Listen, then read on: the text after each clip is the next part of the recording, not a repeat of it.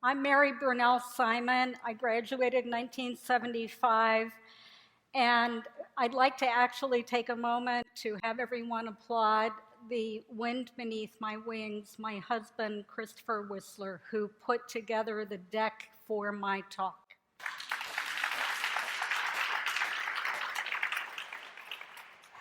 I have, for over 20 years, worked in 15 different industries. And from people who I've worked with, who I've helped to get in front of Congress to make testimony and who were marginalized, and in many ways their voice was quieted, to working with Rich Tierlink, the CEO of Harley Davidson, not quite in preparation for, but after he rode his Harley on the stock exchange floor in order to ring the bell and start the day's trading and say, we're back, we're out of bankruptcy, and we're here to stay. There are so many dramatic examples, and my talk is not voice and context. The preposition is in, voice in context. Slides, please. My heart beat faster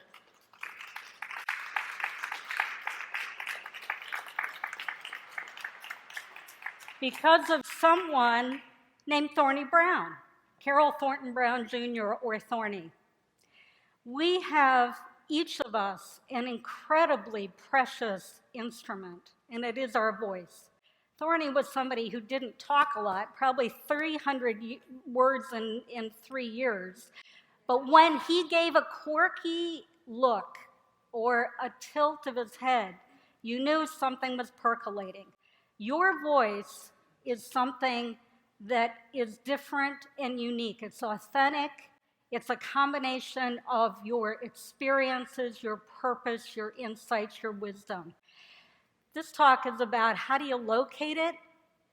How do you get it to that part of your brain where it then begins to percolate up and be not unlike Janet Yellen when she reports out, or Steve Jobs when he dramatically used to introduce product.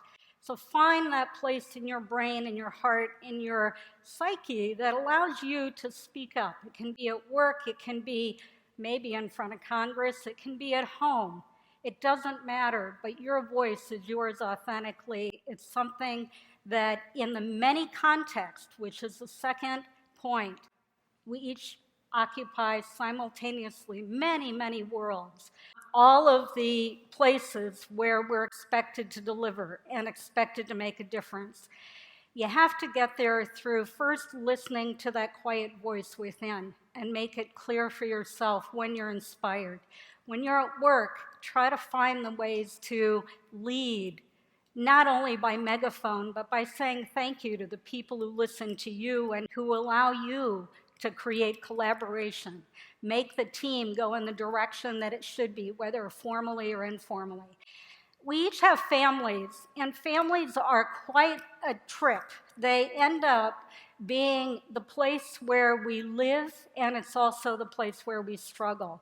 So it's important to really seize the present and the future and make the present the most and bring in all of the pieces from the community and our families and our friends to make sure that we actually are an answer to the problems that often come up in each one of those spheres. Every device we have has a mechanism through which we find ourselves moving. We're aware of political and catastrophic natural disasters. You don't have to be everywhere all the time, but be an informed citizen. Make sure you take some kind of advocacy role. So how do you get there from here? Stewardship is the buoyancy element, and 3 things go with that. 1, mindset, and the good news is we have control over it. 2, commitment.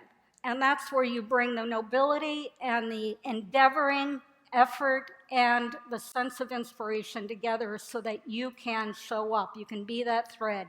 And then smart practices.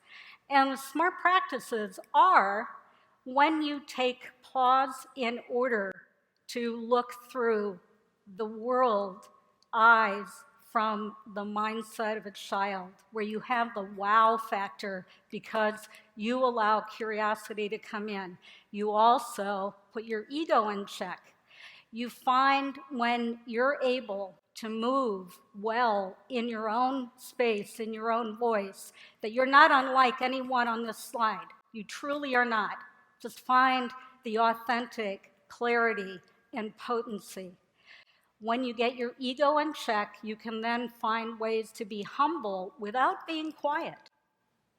And finally, you want to be able to pick timing, wording, and volume that allows your voice to be heard. And sometimes it might be like Thorny, and you won't be able to be heard, but it'll be felt.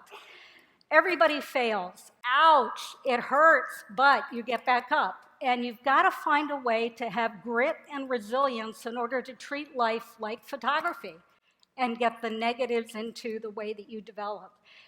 Voice and context is one of the most powerful things I have experienced, and it is not unique to anyone. Everyone I've dealt with for over 20 years has had the issue.